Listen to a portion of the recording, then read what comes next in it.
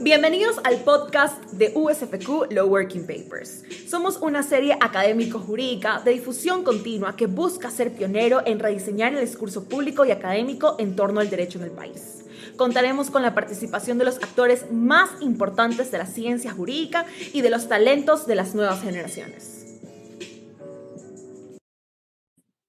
Hola a todos y bienvenidos nuevamente al podcast de USFQ Law Working Papers. El día de hoy les traemos un nuevo tema muy interesante. La ruta tropical de la seda, China en Sudamérica. Y para esto contamos con la presencia de los siguientes ponentes. Por un lado tenemos a María Amelia Viteri. Es PhD en Antropología Cultural de American University en Washington, D.C., con concentración en raza, género y justicia social. Es investigadora asociada a la Universidad de Maryland College Park, autora de varios libros académicos publicados en inglés y en español.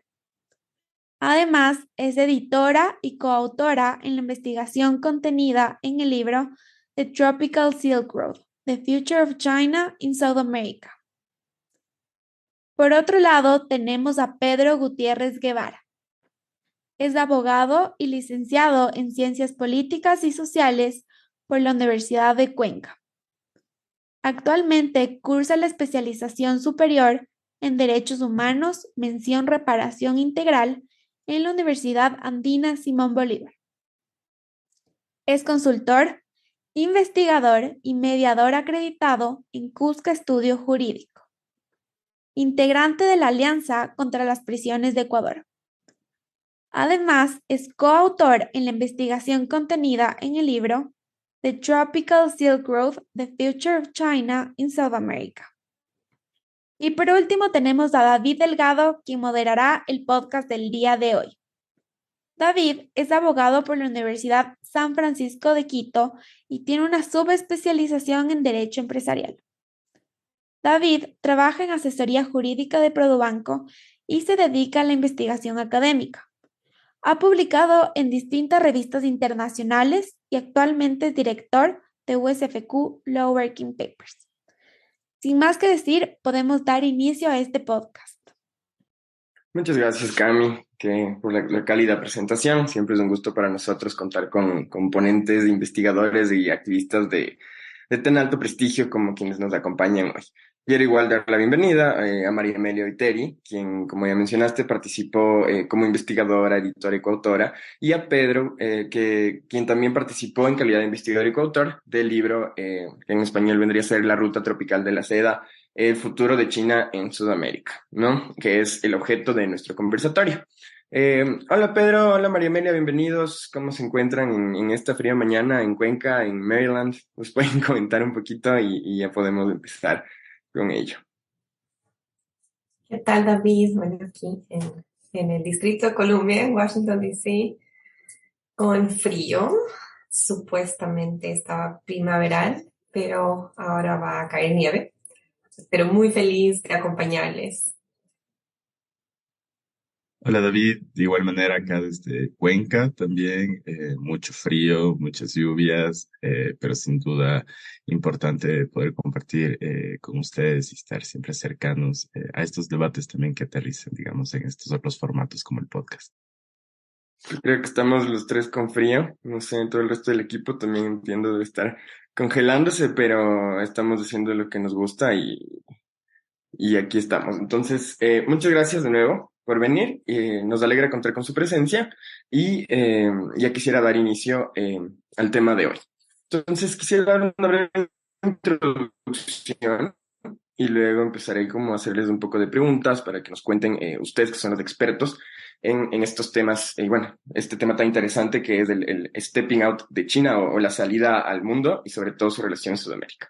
Entonces, hoy hablaremos sobre la ruta tropical de la seda a lo largo del siglo XXI, es decir, la participación e incorporación del gigante asiático en Sudamérica, ¿no? Específicamente, bueno, en Latinoamérica como tal. Que a pesar de realizar varios financiamientos a nuestros países, entiendo que el libro va más allá y se extiende a varios continentes, pero se hace una señalización específica a Brasil y a Ecuador, que es nuestra querida patria, estos financiamientos con préstamos internacionales han traído varias consecuencias bueno, el día de hoy afrontamos y los escándalos en los medios son una locura con lo que estamos viendo. Entonces quisiera empezar contigo, Marimelia, que nos apoyes un poco en esta introducción y nos comentes por qué le han denominado a este libro como la ruta tropical de la seda, ¿no? Es un nombre súper innovador, pero sí quisiera que nos apoyes profundizando en ese aspecto. Claro que sí, David. Bueno, voy a tomar una parte del título para contarles un poquito qué estábamos pensando. Y algo de lo que estábamos pensando, tanto como el proyecto, que el proyecto es de larga envergadura, es un proyecto de más de 4 años con financiamiento principalmente de la Fundación Ford. Y lo que hace esta investigación y este proyecto, y el libro es una de las partes, uno de los componentes de este proyecto, es mirar a formas de gobernanza, cómo estas formas de gobernanza continúan siendo coloniales, postcoloniales, y cómo estas se traducen en impactos específicos a nivel de cómo se entienden, por ejemplo, incursiones militares, por ejemplo, cómo se entiende el desarrollo en los países. Y así, como sabemos, el término tropicalismo continúa siendo una representación que podríamos llamar, o que llamamos en el libro imperialista, colonialista, de estas intersecciones entre raza, sexo y deseo. Y de esta manera queríamos llamar la atención con esa palabra de que la colonización o las formas de colonización no solamente no han quedado atrás, sino que se siguen dibujando y siguen creando impactos, siguen traduciéndose y resignificándose en diferentes maneras, muy ágiles y muy rápidas, que muchas veces van más allá de lo que los investigadores podemos mapear en su tiempo. Es decir, las maneras en las que lo que conocemos como un proyecto colonizador, ¿no es cierto? En nuestro caso, la colonia española y Europa y lo que eso ha significado en lo que ahora es territorio ecuatoriano, continúa teniendo huellas, un tipo de corpografías específicas en cada uno de nosotros y de nuestras comunidades y de las instituciones que la regulan, que de una u otra manera siguen influyendo la manera en la que estamos como personas, las decisiones que tomamos, sobre todo aquellas decisiones sobre las cuales no tenemos control, como, por ejemplo, las de la gobernanza y de la política pública. De acuerdo, muchas gracias, María Emilia, por esta breve introducción. Creo que nos queda un poco más claro y también comparto que dicha investigación no solo termina en el libro, sino que fue un producto de varios componentes que finalmente se expresan en él. Entiendo, fue mucho más allá, viajaron, compartieron varias culturas, evidenciaron lo que ha sucedido y lo que se expresa en dicho libro para finalmente poder reportarlo y como tal promover un cambio con todo lo que se expresa en él. Quisiera, María Emilia, porfa, que nos cuentes un poco sobre la investigación realizada como tal en este proyecto, cómo nació. Otra pregunta ahí mismo, refieren, ya entrando en temática como tal, ¿no? En la investigación hablan de la relación entre China y Ecuador, ¿no? Nos dicen, esto ya no es una hermandad, como la que podía verse en el BRICS, por ejemplo, sino que vendría a ser más un matrimonio, y hacen mucha énfasis en esta relación matrimonial y ya no como hermandad, como la que se esperaba anteriormente. Entonces, es una doble pregunta. Un poquito cómo nació, cómo se expandió, o sea, la magnitud de este proyecto que terminó en el libro y que entiendo continuará expandiéndose. Y por otro lado, esta dualidad o choque de conceptos entre matrimonio y hermandad en esta relación China-Ecuador. Claro, David. Bueno, El proyecto inicia justamente para tener una mirada crítica de cuál es esta relación entre China y América Latina. Porque mis queridos colegas como Lisa Roife tienen una larga data de trabajo en China, en temas críticos alrededor de género y feminismo. Y también Paul Amar tiene una larga trayectoria en el Medio Oriente. Y Fernando Branco, estoy mencionando a nuestros coeditores, coautores y además quienes han concebido de una u otra manera con quienes hemos hilado este libro y este proyecto. Y está localizado y es profesor en Brasil, universidad en Brasil. Por lo tanto, y en nuestro caso con Consuelo Fernández Salvador, profesora en la Universidad de San Francisco de Quito, yo, ecuatorianas, hemos podido traer esta multi-interdisciplinariedad, estas múltiples subjetividades, para poder abordar cómo funcionan y cuáles son nuevamente los impactos entre esta relación. Nos ha llamado la atención que hay muy poco escrito de manera de investigación, de una manera académica crítica, que mire principalmente estas intersecciones que antes había mencionado. Es decir, género, raza, sexo y deseo, cómo estas, digamos, intersecciones, estos ensamblajes se convierten en una posibilidad, en una ventana hacia esta relación China y Ecuador.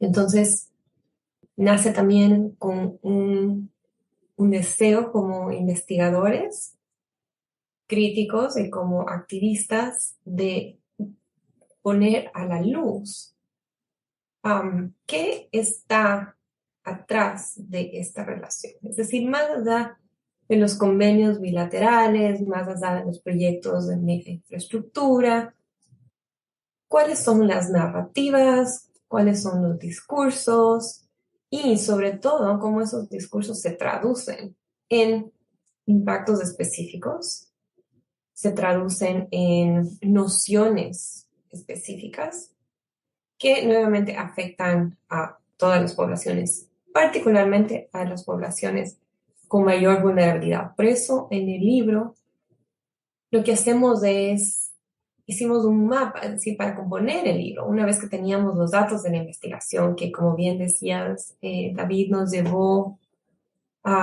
y contarles que esto fue justo antes de la pandemia. Es decir, estábamos en la Amazonía Sur, habíamos estado con Pedro y con los activistas en Cuenca, en conversaciones fabulosas con muchos de los autores de este libro, como por ejemplo Yasunidos. Bajamos por ese espectacular camino a la Amazonía Sur. Tuvimos unas conversaciones impresionantes con líderes indígenas que también forman parte y son voces en este libro.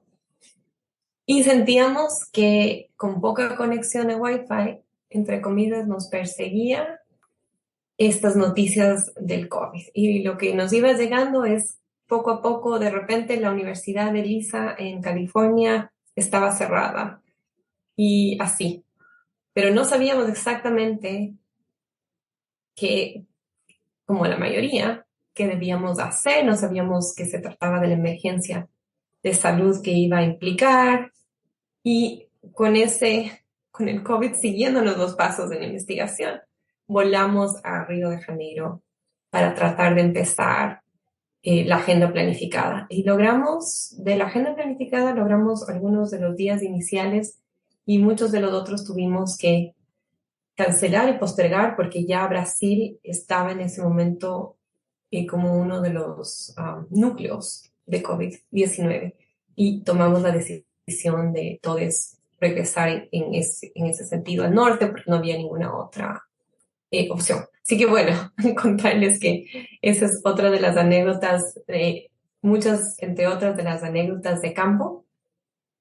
Y de esta manera las personas, las voces, los actores, las organizaciones que han sido parte de este trabajo de campo de esta investigación y ese mapeo que hicimos, en lo que buscábamos era rescatar y visibilizar cuáles son las perspectivas específicas de estos impactos de proyectos de mega infraestructura en, por ejemplo, las poblaciones indígenas, en contextos de minería, como Estados Unidos nos cuenta, en poblaciones LGBTIQ+, ¿cierto? Por ejemplo, que Pedro y sus coautoras también trabajan, profundizan un poquito más en eso. Entonces, siempre teniendo como punto de partida, y eso, aquí estoy mapeando lo de Ecuador, si nos vamos a Brasil, Estados Unidos y China, tenemos voces que son críticas y tenemos también otras voces que son más, digamos, cercanas a la ideología de las políticas chinas. Queríamos un libro que traiga con mucha claridad cómo funciona esta relación y que muestre desde la posición, desde la vida misma de las personas los impactos. También trajimos voces desde, por ejemplo, una mirada de relaciones internacionales que cuente desde esa mirada cómo funcionan las relaciones. Entonces, realmente es un libro que te da una panorámica extensiva y de toda la investigación que hemos hecho es el primer libro que hace este trabajo de hilaje, de realmente darse el tiempo en diferentes geografías para tener conversaciones globales y transregionales que importan. Si no es solamente, no es una discusión teórica, abstracta, es una discusión teórica, metodológica, activista. Además de los impactos, ¿qué podemos hacer en este paisaje, en este panorama? Gracias, María Emilia. Nos queda mucho más claro, ¿no? La magnitud de este proyecto y el gran inicio que tuvo y, bueno, lo que se llegó a realizar. Mencionas algunos megaproyectos y en eso me quiero adelantar para consultar con Pedro y luego regresar con María Amelia, que nos cuente un poco más sobre justamente el impacto de estos megaproyectos. En el libro, en varias investigaciones, la mayoría de autores se refiere a la Coca-Cola Sinclair, ¿no? A la hidroeléctrica que es el mal que nos persigue hasta el día de hoy y que seguramente nos perseguirá de largo. En ese sentido, y sí quisiera, Marimela, no te olvides, regresar a consultarte el impacto de esos megaproyectos, las promesas que se generaron, pero para entrar, y justo porque los dos hablan tanto de la Coca-Cola Sinclair, quisiera consultarte, Pedro, en tanto al fondo que está detrás de los préstamos otorgados por el Banco de Desarrollo Chino del Ecuador, ¿no? Porque antes de pasar estos megaproyectos existe una explicación previa, que es el financiamiento. O sea, ¿por qué se contrató con empresas chinas? ¿Por qué empezaron a surgir estos megaproyectos con un montón de empresas? Porque entiendo son igual una infinidad de contratos con cada una de ellas.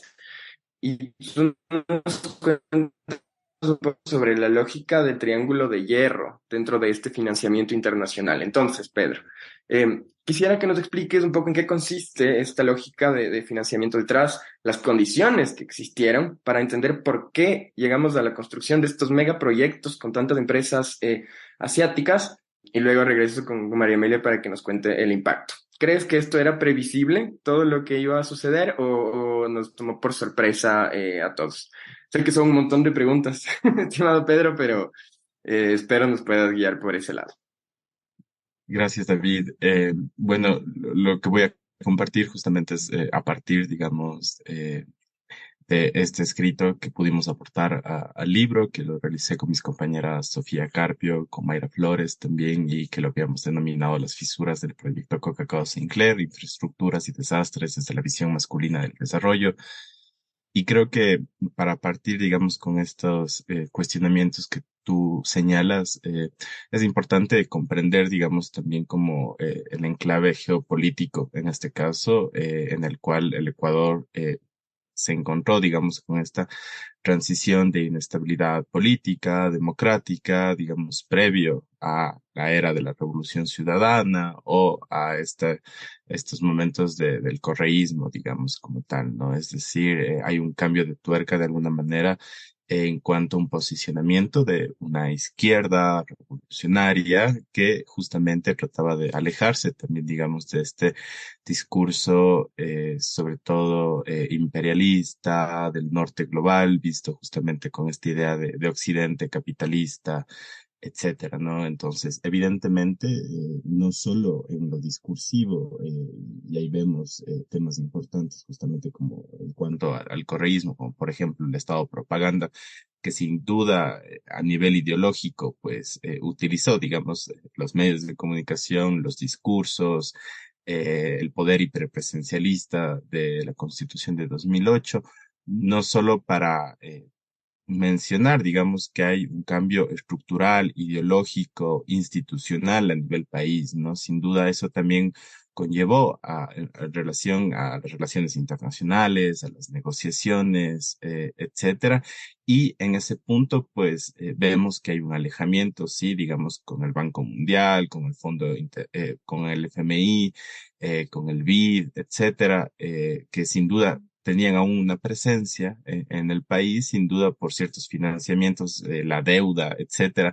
Sin embargo, hay un cambio, ¿no? Y este cambio justamente también tiene mucho que ver, digamos, con la política del gobierno de la época en cuanto a la construcción de infraestructuras de gran escala, ¿no? Que al final del día y hoy podemos decir que no han cumplido con estas promesas de prosperidad para las poblaciones locales donde se han emplazado las mismas, que han creado diversos costos sociales, ambientales, bajo estas nociones de desarrollo y sus programas y proyectos con esta dimensión ideológica y es justamente a partir de eso, digamos, un poco que nosotros nos adentramos a través del proyecto de Coca-Cola Sinclair, ¿no? Que, digamos, tampoco es un proyecto que podríamos decir es un proyecto del correísmo, del gobierno de la época, ¿no? Es, digamos, un proyecto que contaba ya con estudios de prefactibilidad desde 1992. Que en su momento se pensaba con, no sé, 859 megavatios, sin embargo, eso aumentó de manera considerable, digamos, ya en la época de 2017 a pensarse en un proyecto hidroeléctrico de 1500 megavatios, ¿no? Justamente que tenía una relación con este plan maestro de electrificación del año 2007-2016 y que eso justamente se une, digamos, a cómo emplazar, digamos, una infraestructura tan grande, la más grande del país, la que mayor inversión pública iba a tener justamente a quién podía hacer ese tipo de inversiones, ¿no? En este caso, las inversiones y un poco también teniendo en cuenta, por lo que decía, este cambio de tuerca ideológico del gobierno, etcétera, también con la crisis económica del 2008, ¿no? Y eso sin duda hizo también que China tenga una mayor presencia, en este caso en Latinoamérica, una mayor presencia también sobre todo con este nuevo mapa geopolítico del socialismo del siglo XXI, digamos, en donde estos préstamos chinos funcionan justamente bajo esta lógica del triángulo del hierro, que es un término acuñado por el Banco de Desarrollo chino y que básicamente consiste en que el banco chino le presta dinero a un gobierno extranjero bajo un acuerdo en que el gobierno contrata a empresas chinas y un porcentaje de trabajadores chinos. Es decir, estos capitales chinos aterrizan en América Latina sin condicionamientos ambientales, sociales, y justamente eso también permite de alguna manera tener una mayor liquidez, digamos, para todos estos grandes megaproyectos que existían. Y al final del día, digamos, ahí vemos quizá un doble discurso que podría ser incoherente, porque digamos, nos alejamos de Occidente y de todos estos bancos hipercapitalistas con sus sanciones económicas y demás. Sin embargo, la lógica china también era una lógica que no estaba necesariamente reglada, digamos, ¿no?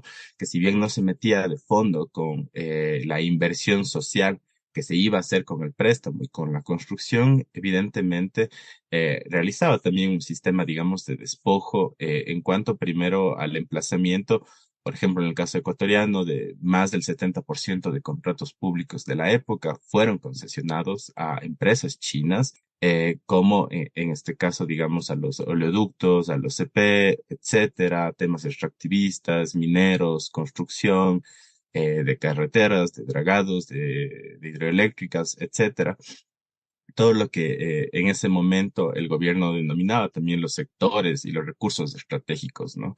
No renovables, y como estos también eran, digamos, como un anzuelo para esta intervención china, ¿no? Y esta intervención que demandaba evidentemente también un pago a través de el crudo ecuatoriano, ¿no? A través del petróleo, ¿no? Entonces era una lógica diferente a lo que eran los préstamos con el Banco Mundial, con el FMI, con la deuda que se generaba de esa manera, mientras acá, digamos, había como un intercambio en especie de alguna manera, decir, ¿no? Es decir, el petróleo era el con el que se iba pagando esa deuda, y petróleo que hasta el día de hoy sigue dentro de esa deuda, ¿no? Entonces es importante, digamos, como entender por un lado eso, pero también entender la lógica eh, de movilidad humana, a cierto punto de explotación laboral, digamos que existe a través de estos mecanismos, en lo que significa, digamos, también traer trabajadores chinos justamente, en este caso a Ecuador, para estas grandes infraestructuras, el choque cultural que eso sin duda significó también, digamos, sobre todo, digamos,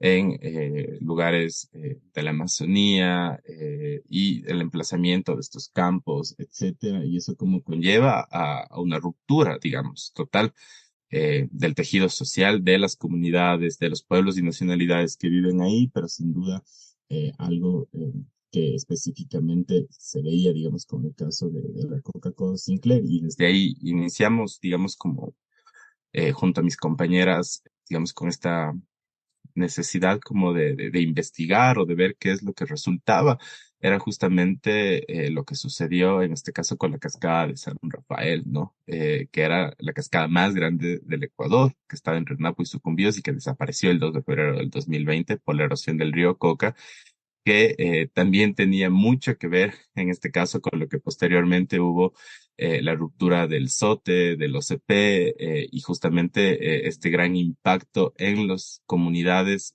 quichua, shuar, que vivían en los ríos Coca y Napo, y que mucha de esta erosión regresiva, de estas aguas hambrientas, eran generadas también por la construcción de la Coca-Cola Sinclair, 17.1 kilómetros arriba del río, ¿no? Entonces decíamos, hay justamente todos estos condicionamientos que evidentemente no se habían mirado. Sin embargo, solo ver que ese era un caso específico, pero hoy en día seguimos viviendo la consolidación de China, sobre todo en el sector minero, con los contratos mineros de Mirador, de Pananza, con Ecuacorrientes, etcétera, algo que es mucho más cercano a nuestra realidad acá en Azuay, en Cuenca, que es evidentemente también con la minera privada Junifil, en este caso en Río Blanco, y que de cerca se ha podido ver justamente el fraccionamiento social que eso ha generado, las muertes violentas que eso se ha dado, los feminicidios que por detrás eso ha generado también,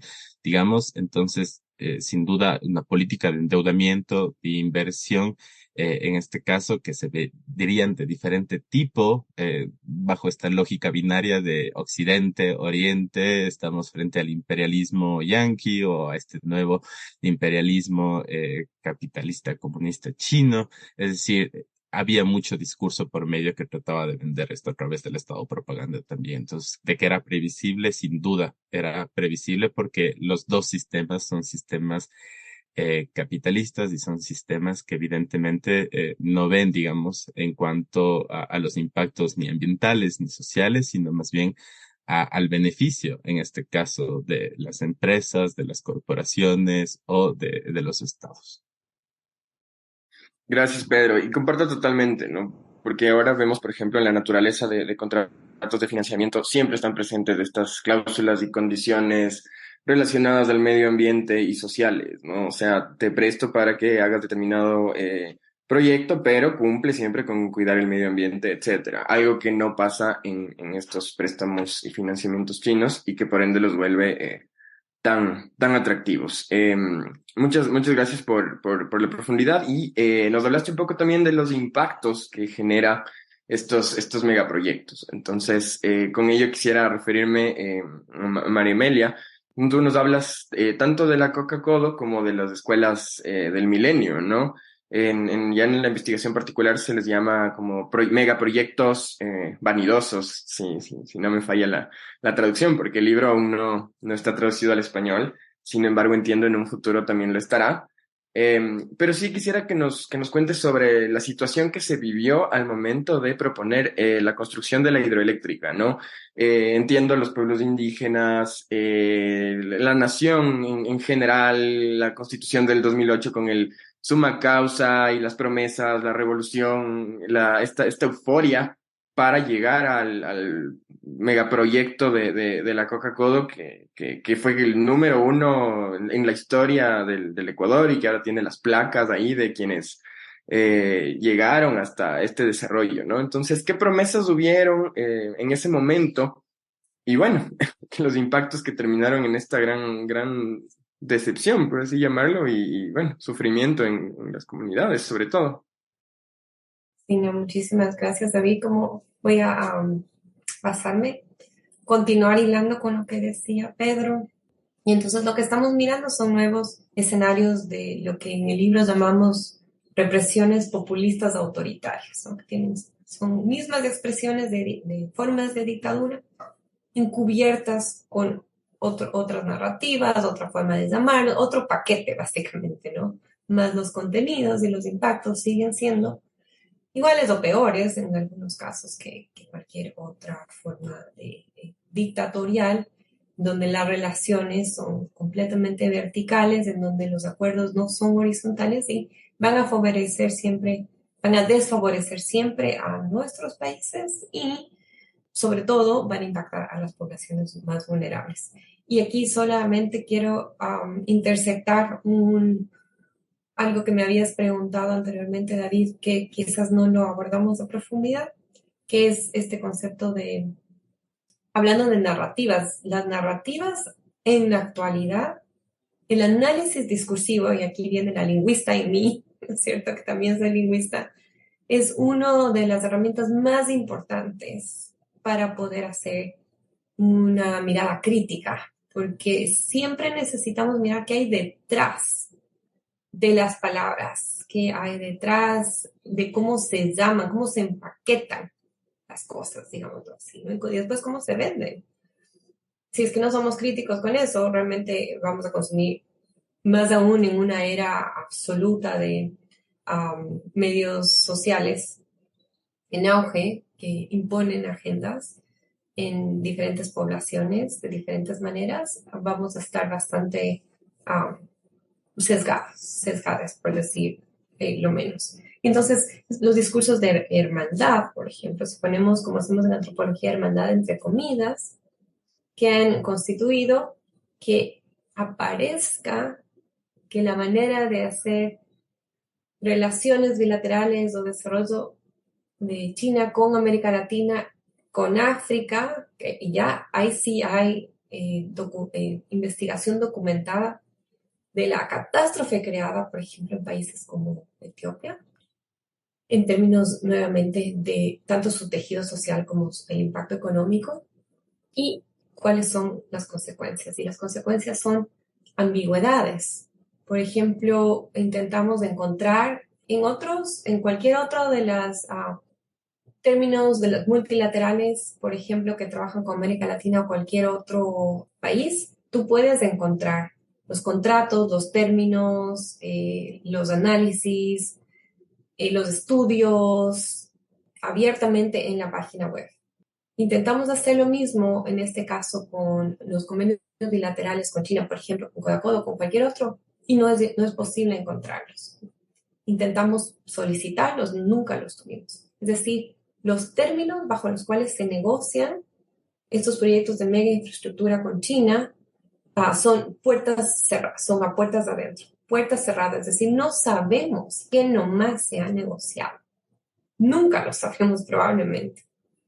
Y eso es extremadamente problemático. Más, esa ambigüedad es solapada con un discurso de hermandad, de amistad, estamos para ayudar, estamos aquí para ser amiguis, diferente a otras formas de desarrollo anterior, queremos diferir de esas formas anteriores de desarrollo nocivo, ¿no es cierto?, anteriores. Esto es un cambio, nuevamente, estamos aquí para ayudar. Entonces también hay que tener como mucho ojo en cómo estas narrativas se construyen para nuevamente como misguide, como llevarte a un lugar que no es de la verdad, de una u otra manera. Y en este sentido, la construcción de la represa, como mencionaba Pedro, impacta la erosión del río Coca, que, como mencionaba Pedro, colapsa la cascada San Rafael. Eso causa un derrame de petróleo en 2020, entre otros, y la contaminación de los ríos Coca y Napo. Y esto crea una erosión masiva debido a los sedimentos, y pudimos estar en el área. Y también trabajamos con la cineasta Xiaopei. Entonces, en algún momento, espero que pronto, podamos también anunciarles un pequeño documental, una narrativa visual de este trabajo de campo. Y estos impactos, ¿quiénes los sufren más? Los grupos más vulnerables. Los pueblos indígenas, las personas mestizas en la ruralidad, personas afroecuatorianas. Y también vimos, les doy un ejemplo súper puntual que me pareció como antropóloga fascinante, por decirlo menos. Estábamos en la Amazonía Sur, en una de las visitas de campo, y logramos hablar con algunas de las personas que habían trabajado de una u otra manera, colaborado en Codacoda. Queríamos conocer sus experiencias y también queríamos ver, bueno, todos estos millones, cómo habían mejorado la infraestructura, por ejemplo, de la población, de las poblaciones más cercanas. Las mejoras que vimos fueron prácticamente nulas, excepto por lo que ustedes pueden esperar, ¿no? Un parque con quizás un pequeño estadio, una cancha para deportes, un espacio público lleno de cemento, en realidad, en la mayoría de casos. Pero, por ejemplo, temas estructurales como provisión de agua y saneamiento, como el manejo de la basura y de los desechos, que realmente mejoran la vida de las personas, de electrificación, espacios públicos para niños y niñas en diferentes lugares, seguros, por mencionar algunos, ¿no? Puedo seguir con la lista larga. No fueron considerados como parte de estas mejoras, a pesar de todo estos millones invertidos. Y entonces, lo que queremos cuestionar, ¿no? o seguir reflexionando de manera crítica es cómo, bueno, ¿quién se beneficia? ¿Quiénes se benefician, por un lado, de este tipo de alianzas? Y por otro lado, ¿qué pasa con los impactos? Y la anécdota antropológica que les iba a contar es que uno de los campamentos, usualmente los campamentos, como ustedes quizás conocen, son campamentos cerrados y hay diferentes jerarquías para las personas que trabajan ahí, tanto las personas chinas como las personas provenientes de la China, como las personas, en este caso, provenientes de Ecuador, mayoritariamente de lo que conocemos. Estas jerarquías hacen que ciertos beneficios, como por ejemplo un restaurante con mejor comida, quizás canchas para jugar diferentes deportes que están dentro del campamento, solo pueden ser accesibles para ciertas personas de cierta nacionalidad y de cierta jerarquía. Todas las demás personas viven fuera de los campamentos en situaciones bastante precarias.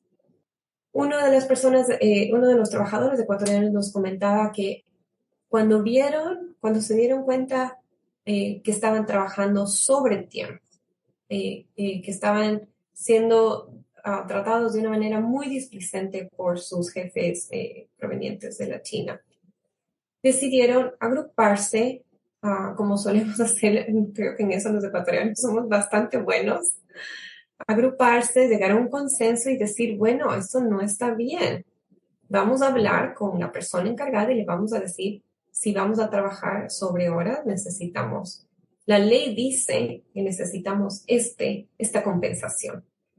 Antes de eso, pensaron también en comentar eso a sus colegas chinos. Decirles, bueno, si ustedes quieren unirse, vamos a hacer esta petición, esta aclaración, porque esto es injusto. Y los colegas chinos estaban completamente asombrados. No podían entender cómo un trabajador puede atreverse a pedir a su jefe algo como una mejora de condiciones de trabajo. Decían, pero sí, lo importante es tener trabajo. O sea, ya tenemos trabajo. ¿Cómo vamos a atrevernos a poner en riesgo este trabajo? De ninguna manera nos vamos a meter en esa discusión. Eso sería ir contra la autoridad de nuestro jefe. Ustedes hagan lo que ustedes tengan que hacer, pero nosotros estamos completamente fuera de eso. Entonces, miren, como tiene algunas cosas bonitas, ¿no? Como esta capacidad de estos trabajadores ecuatorianos de decir, bueno, aquí esto está infringiendo las leyes ecuatorianas y vamos a decir algo al respecto. Y el opuesto de las personas trabajadoras chinas que ni siquiera podían imaginarse que ni siquiera tenían derechos y ninguna constitución ni ninguna ley a la cual acogerse. Entonces vimos, por ejemplo, en el trabajo de campo, creo que me acuerdo si eso lo escribimos, tantas cosas que a veces se quedan por fuera de los libros, que me pareció importante apuntar, ¿no? En esta relación, este es un ejemplo, ¿cierto?, de derechos laborales que nuevamente crearon diferentes jerarquías sin ni siquiera mencionar un punto más, que es cómo los proyectos de mega infraestructura de la China no contemplan ningún tipo de alineación, por ejemplo, relacionada con salvaguardias, sean ambientales o sean sociales.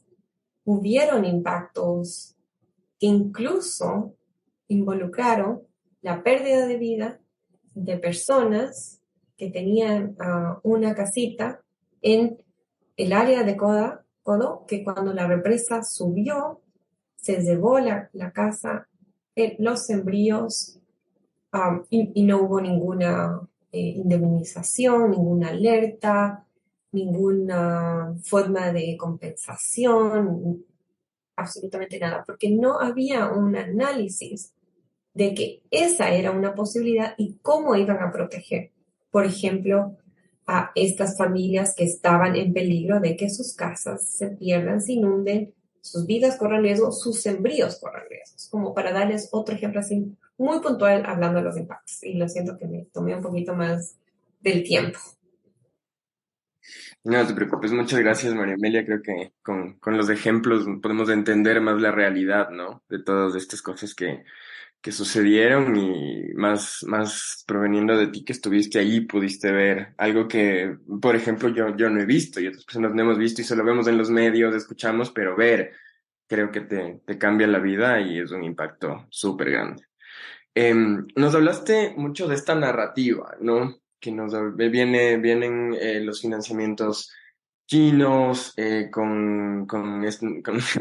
gustó la palabra amigos que utilizamos de te voy a ayudar, estoy aquí, mira, con estos proyectos, la hidroeléctrica, etcétera. Sin embargo, todo eso tiene un fondo, ¿no? Que es abordado en cada investigación del libro desde distintas perspectivas. Y en eso quisiera un poco consultarte, Pedro, ya enfocándonos justamente en el fondo que analizas en tu investigación en relación a la masculinidad, ¿no? Nos hablas de una visión de masculinidad que reinó alrededor de este proyecto, tanto en la administración de aquel tiempo como en la actualidad. profundiza de esta visión preponderante alrededor de la contratación y ejecución, sobre todo de la Coca-Cola. Por lo que te pregunto, ¿cómo explicas esta visión de masculinidad en el proyecto de la hidroeléctrica? ¿Y crees que los resultados hubieran sido distintos con una perspectiva diferente, ¿no? Me acuerdo revisando, nos hablas de la conformación, que era llena de hombres, ¿no? Tanto en la administración como, no sé si en la empresa, también, como tal. Entonces, con eso te paso la palabra. Gracias, David. Justo quería iniciar con una cita de una de las tantas perlas de Rafael Correa en cuanto a sus discursos misóginos, machistas. Y esta, digamos, une un poco con esta visión del desarrollo, digamos, también con este ejercicio patriarcal del poder, ¿no? Y decía, los bancos, el poder financiero son como una chica un poco vanidosa, que si uno muestra mucho interés, se hace más difícil todavía de llegar a ella. Pero cuando uno se hace el desinteresado, tal vez la chica es la que llama al chico. Así son los mercados financieros, ¿no? Es decir, un poco también haciendo como una lectura interdisciplinaria, ¿no? Porque Sofía es economista, Mayra es antropóloga, yo como abogado, digamos, creamos este capítulo.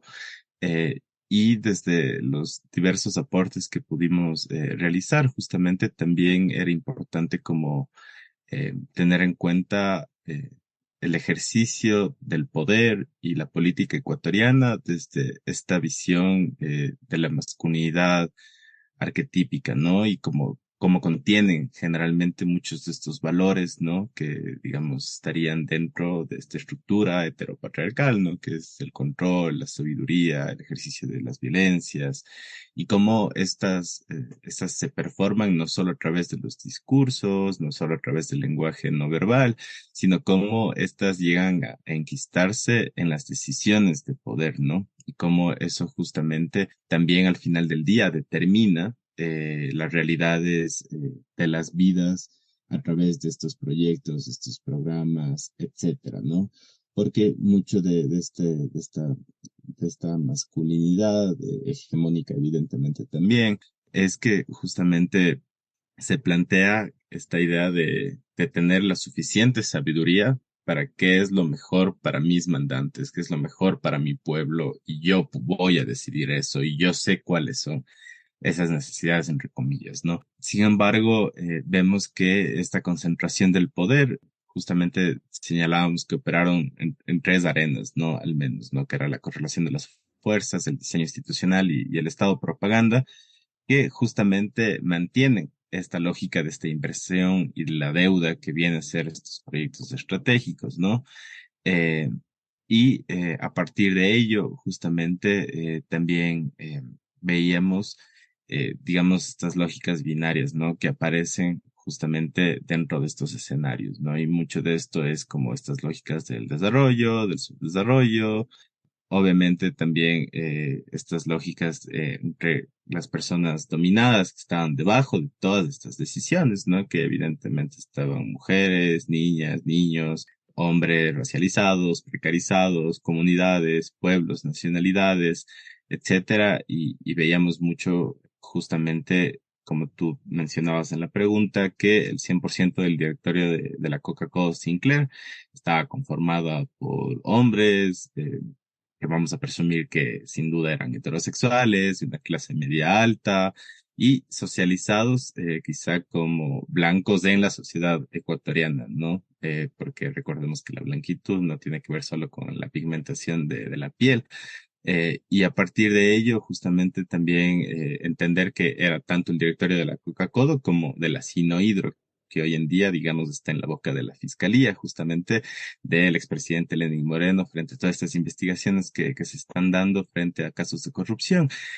Sin embargo, también entender que justamente el emplazamiento de esta mega infraestructura, la infraestructura más grande, de alguna manera también tenía una correlación, digamos, falocéntrica hasta cierto punto, también en la mirada del emplazamiento, de la penetración, en donde se estaba llevando a cabo su construcción, ¿no? Y evidentemente también a cargo justamente de una explotación, ¿no? Una explotación que también es una, un ejercicio de poder visto desde este tipo de masculinidades también, que era justamente precarizar a otros hombres, en este caso chinos, ecuatorianos. Muchos de ellos murieron. De hecho, hay una recomendación, digamos, para quienes nos escuchan, igual de ver la investigación ahora no recuerdo el nombre del periodista, pero del New York Times, justamente que ellos traen un relato, ¿no? De una de las personas que muere en medio de la construcción y que su familia vivía en las riberas del río y básicamente como ellos lo encuentran muerto, digamos.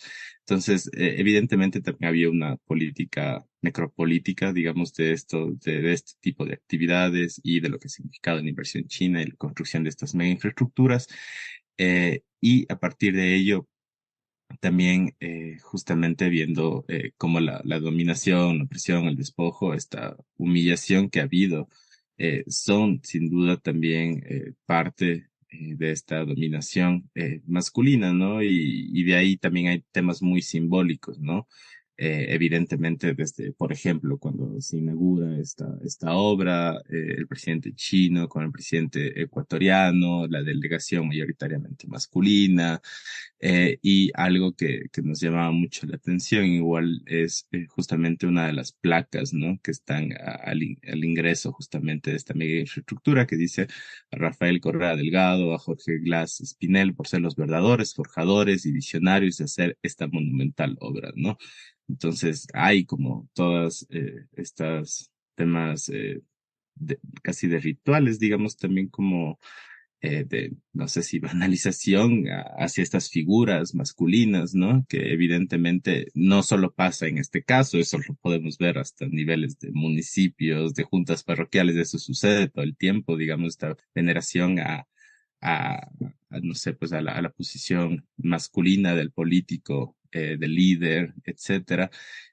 Y evidentemente, pues, vemos que esta es una infraestructura, ¿no? Que sin duda al día de hoy aún está provista como al desastre, más allá de la redención que muchas personas, que la ciudadanía también tenga, digamos, a decir, eso sí nos iba a quitar de la dependencia, el cambio de la matriz energética, que era, digamos, lo prometido, ¿no? Pero que al día de hoy tampoco se ve materializado, peor aún, digamos, con la privatización de los servicios públicos o con las políticas neoliberales que vivimos actualmente, ¿no? Gracias, Pedro. Sí, muchísimas gracias por la aclaración y bueno, la frase que citas de presidente Correa, un poco fuerte, sobre todo para hoy en día y lo que se analiza y se ve con la visión de masculinidad y la perspectiva que nos has compartido como fondo. Estamos ya por finalizar. Me encantaría quedarme conversando a profundidad de todos los temas. Para eso existe el libro. Entonces les invitamos a leerlo cuando ya esté disponible en más idiomas. Pero quisiera ya para cerrar eh, hacer una pregunta tanto a Pedro y María Amelia sobre el futuro, ¿no? Porque hemos hablado del pasado y todo lo que ha sucedido. También hablamos del presente, ¿no? De lo que se vive hoy en día, los escándalos de corrupción, las investigaciones que abundan en los medios y, como bien mencionó Pedro, todo lo que estamos viendo ahora en referencia a Sinohydro.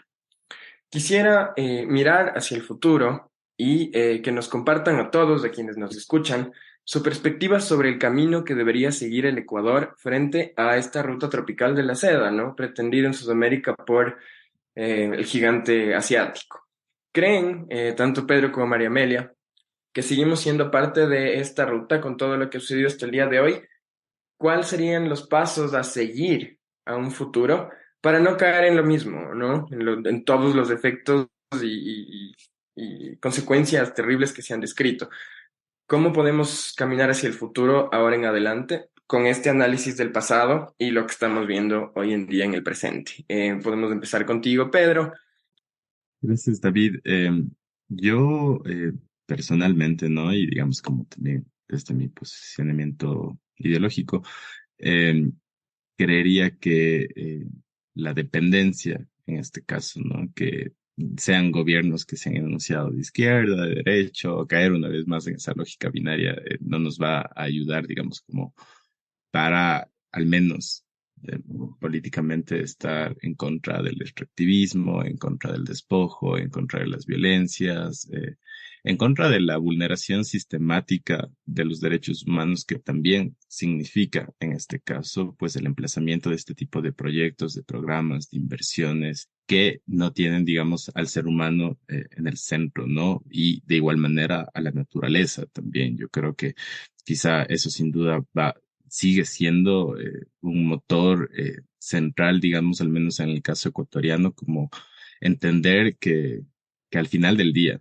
digamos, las personas, los ecosistemas, también tienen derechos, ¿no? Y a partir de ello, justamente este tipo de proyectos, este tipo de inversiones están impactando cada vez más y de manera más profunda, y sobre todo cuando hablamos de extractivismo, miramos que no hay una reparación integral en el sentido de llegar al momento previo a ese tipo de vulneraciones. De ahí ya no se puede regresar, ¿no?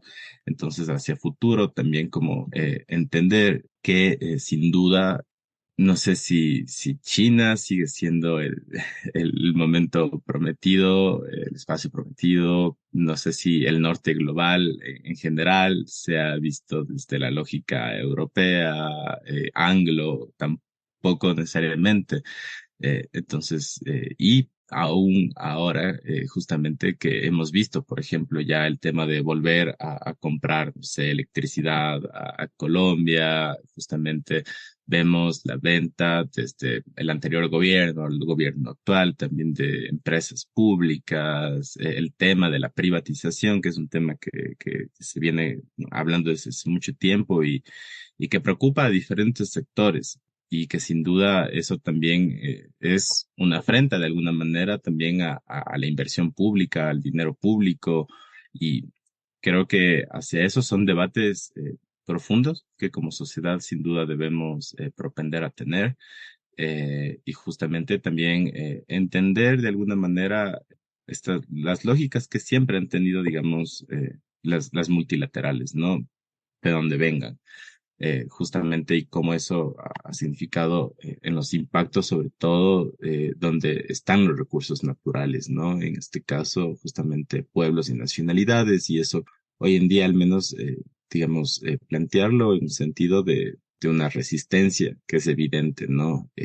Al margen, digamos, de la inversión china o de otro tipo de inversiones, justamente el proceso político que viene viviendo el Ecuador, ¿no? Los levantamientos de octubre del 2019, de junio de 2022, los que probablemente se están forjando ahora también, digamos, en el gobierno actual, que habla justamente de que hay unas necesidades, pero también hay unas ilusiones populares que se están construyendo que justamente tratan de apartarse de estas lógicas extractivistas, sean temas mineros, sean temas petroleros, sea el emplazamiento de infraestructuras como las hidroeléctricas, como los dragados, etcétera, y que más bien ahí habría que ver alternativas, ¿no? Alternativas que no vayan hacia el neodesarrollismo, justamente, que es el que está generando todo este tipo de problemas cotidianos, ¿no? Es decir, no son solo problemas de las esferas de la élite política y sus discusiones, de las empresas y demás, sino al final del día de lo que eso constituye en el sostenimiento de la vida, ¿no? Entonces, eso, David, agradecerles a ustedes, a María Amelia, y pues nada, un gusto poder haber compartido, y mil disculpas que me tengo que retirar. Muchas gracias, Pedro, y bueno, esperamos vernos en un futuro en otras investigaciones y que nos puedas contar también sobre nuevos proyectos. Un gusto y continuamos con María Amelia. Para cerrar, si nos puedes también contar la visión a futuro de qué debería ser, qué objetivos podríamos tener y si es factible, ¿no? Porque también tenemos un escenario político, social, económico, cultural detrás como background que nos condiciona o nos conduce hacia determinado lugar. Claro que sí, David. Bueno, un poco resaltando esos proyectos de mega infraestructura de China que mapeamos en el libro, son proyectos conectados a formaciones coloniales y por eso heteronormadas.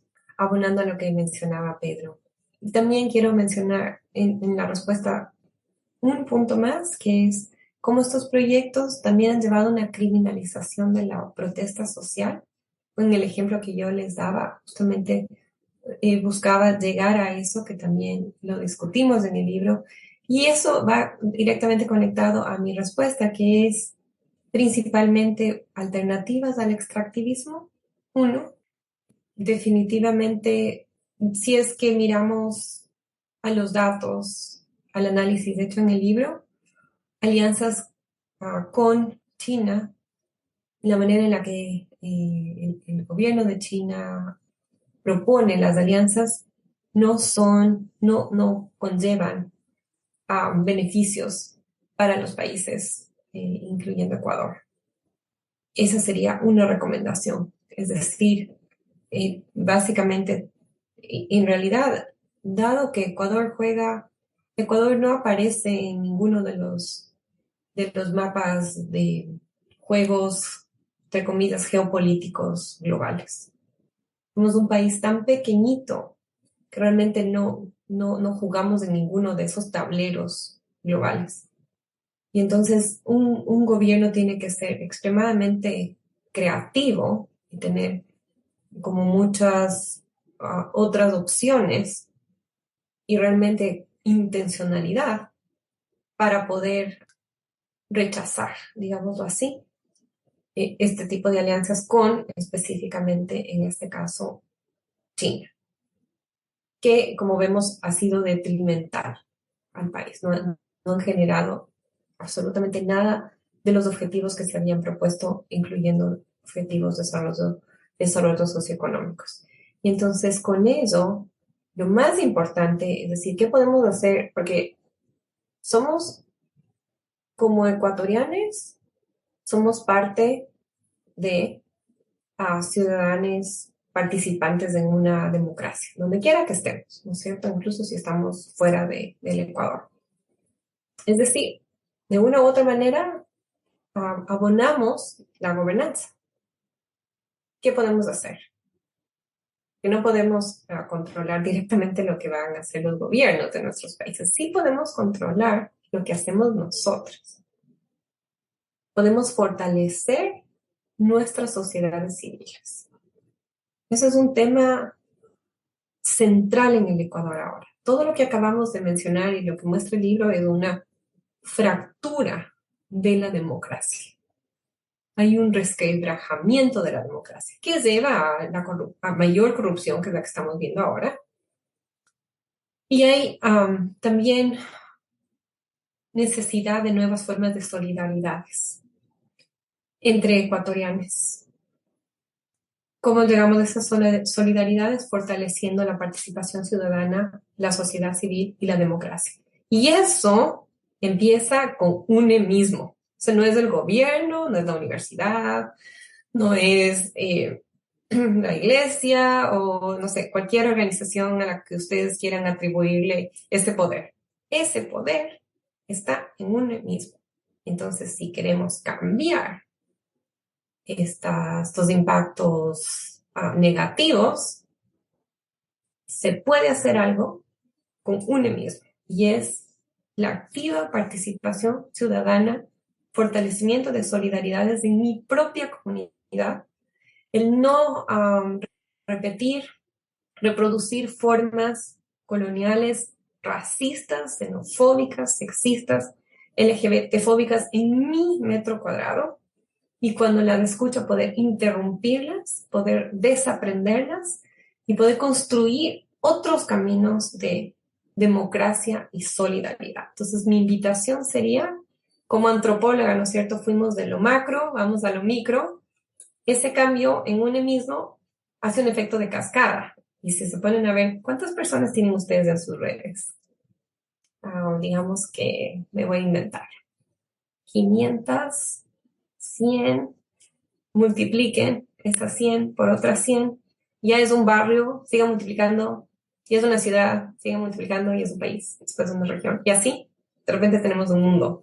Entonces el poder de uno mismo no es menor, aunque nos constantemente constantemente nos están diciendo, nos están mermando, ¿no? Nos dicen, es que eso no está en control de uno mismo, eso tiene que hacer lo que sea el gobierno, el ministerio tal o qué sé yo quién.